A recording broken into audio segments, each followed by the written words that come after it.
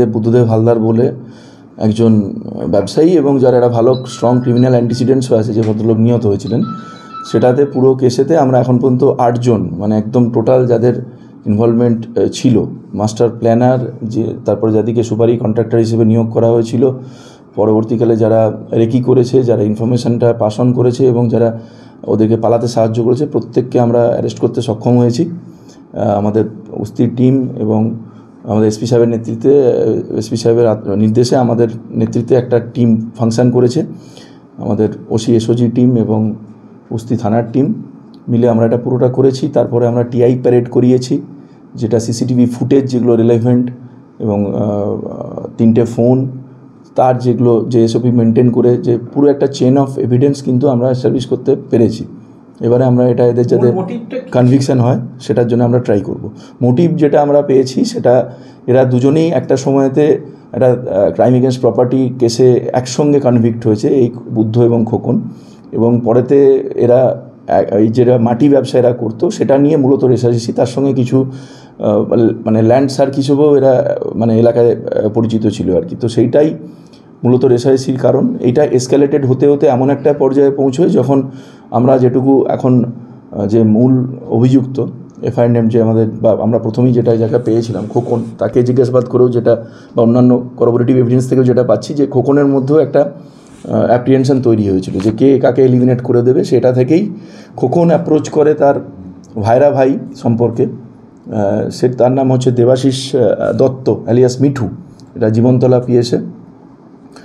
সে তখন Jahangir Laskar alias token বলে একজন যেই ধরনের কাজ করে তাকে অ্যাপ্রোচ করে।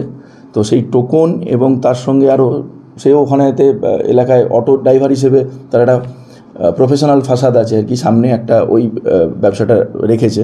তার সঙ্গে আরও দুজন যারা ওখানে অটো চালায়, আরেকজনের নামও দেবাশিস নস্কর এবং আরেকজনের নাম আছে সুফল নস্কর।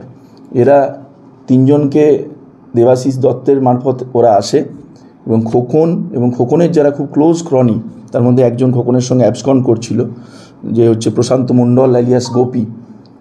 এরা খুব ভালো করে রেকি করে, প্ল্যান করে, এবং তারপরে এসে ওই দিনে একটা, যেটা তার রাইট রিবটাকে পিয়ার্স করে, ওই একটাই গানশট ইঞ্জুরি ছিল এবং যেটাতে multiple organ got damaged as per the postmortem report. তাতে মানে he succumb to the injury, the deceased. এখনো পর্যন্ত কি কি আপনারা? এখনও পর্যন্ত আমরা ফায়ার আর্মসগুলো 3টে ফায়ার আর্মস আমরা সিজ করেছি, যেটা বললাম ফোন 3টে, যেটা আমাদের খুব এভিডেন্সে কাজে লাগবে সেটা করেছি। যেটা টেস্ট আইডেন্টিফিকেশান প্যারেড যেটা হয় সেটা আমরা করিয়েছি, ফরেন্সিক এক্সপার্টসদের যে সাহায্যগুলো নেওয়ার কথা সেটা আমরা করেছি। এবং সবথেকে আরেকটা ইম্পর্টেন্ট যেটা আমি বলবো, যে এক্ষেত্রে আমাদের ক্ষেত্রে সাকসেস, যে we do not lose sight of the issue. তো আমরা রিলেন্টলেসলি পার্সু করেছি, একটু হয়তো টাইম বেশি লেগেছে, বাট মানে at the end of the day 10-12 দিন পরে টোটাল যে একদম যতজনের ইনভলভমেন্ট ছিল সবাইকে আমরা অ্যারেস্ট করেছি, তারা রিমান্ডে আছে। এবং সবথেকে মোস্ট ইম্পর্টেন্টলি, যেহেতু এদের একটা ক্রিমিনাল স্ট্রং অ্যান্টিসিডেন্টস ছিল, বেশিরভাগ যারা অ্যারেস্টি, তো এরা কিন্তু যে জিনিসগুলো আমাদের অনেকটাই, যে এসওপিগুলো আমরা ফলো করি এক্ষেত্রে, মানে বিশেষ করে যেগুলো মোবাইলের উপর যে আমাদের একটা ইনভেস্টিগেশনের ডিপেন্ডেন্স থাকে, সেটা কিন্তু অনেকটা এদের কাছে, এরা they are very conversant of that. তো যেই জন্য কিন্তু ওরা সেই জায়গাটাকে অনেকটাই কাট অফ করে দিতে পেরেছিল। কিন্তু আমরা বলবো যে আমাদের যেটা ম্যানুয়াল ইন্টেলিজেন্স, যেটা কনভেনশনাল পুলিশিং, সেটা এক্ষেত্রে খুব সাকসেসফুল হয়েছে। এবং আমরা যেটা আমাদের যেগুলো অফিসারদের যে সোর্স এবং আমাদের একদম total up to the rank of civic volunteer, আমরা ওদের যে প্রোফাইলিংগুলো করতে পেরেছিলাম, ওদের প্রবাবেল হাইড আউট, ওদের আত্মীয় স্বজন, যেখান থেকে ওরা ফাইন্যান্সিয়াল সাপোর্ট পেতে পারে যখন ওরা অ্যাবসকন্ড করছিল, বিশেষ করে খোকন এবং ওর সঙ্গে গোপী ছিল, তো সেটা আমাদের কাছে খুব স্যাটিসফাইং। মানে এটা এখানে কোনো আমাদের মোবাইলের উপর অ্যাজ কোনো ডিপেন্ডেন্স আমরা পাইনি, সেই জায়গাটা বন্ধ ছিল। তো তারপরে আমরা we could track them down and finally we could arrest them. এটা এখন পর্যন্ত আমরা যে পেয়েছি যে 5 লক্ষ টাকার একটা ডিল হয়েছিল। কিছুদিন আগে, ঘটনা ঘটার আগে, দীপক পুরকাইত বলে একজনকে একটা ল্যান্ড বিক্রি করে Khokon, sold of the land at 5 lakhs, এবং তার মধ্যে থেকে 4 লাখ টাকা অলরেডি পেমেন্টও করে দিয়েছিল। তো সেই জায়গাটাও আমরা প্রপারলি আমরা ট্র্যাক করেছি, সেই মানি ট্রেলটাও আমরা আমাদের ইনভেস্টিগেশনের মধ্যে নিয়ে আসছি।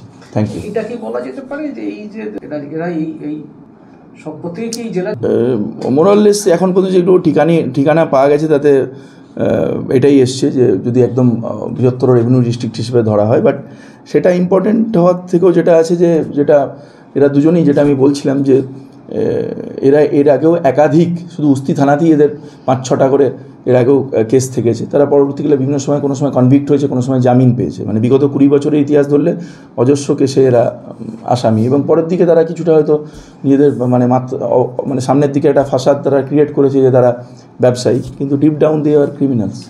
এ কি মার্ডার করার পর বেরিয়ে গেছিল না জেলার মধ্যেই ছিল? কোথা থেকে? না, তা এরা বিভিন্ন জায়গায় এরা ছড়িয়ে ছিটিয়ে যায়, কিন্তু এই যে বাকি পরপর যে আমরা 8টা অ্যারেস্ট করি, সেটা সবটাই আমাদেরকে বিভিন্ন ডিস্ট্রিক্ট থেকে আমরা ট্র্যাক ডাউন করে তাদেরকে অ্যারেস্ট করেছি। স্যার, যে আর্মসগুলো রিকভার করেছেন কি ধরনের, আর কার্তুজ কতগুলো উদ্ধার হয়েছে? 8 রাউন্ড কার্তুজ আমরা করেছি, 3টে যেটা বললাম আমরা ফায়ার আর্মস, এগুলো ওয়ান শটারই আছে, যেগুলোকে আমরা চলতি ভাষায় দেশি বলি, কাট্টা বা বলি। তো তার মধ্যে 3টের মধ্যে যেটা থেকে ফায়ারিংটা হয়েছে সেটা একটু নতুন আর কি ওরই মধ্যে।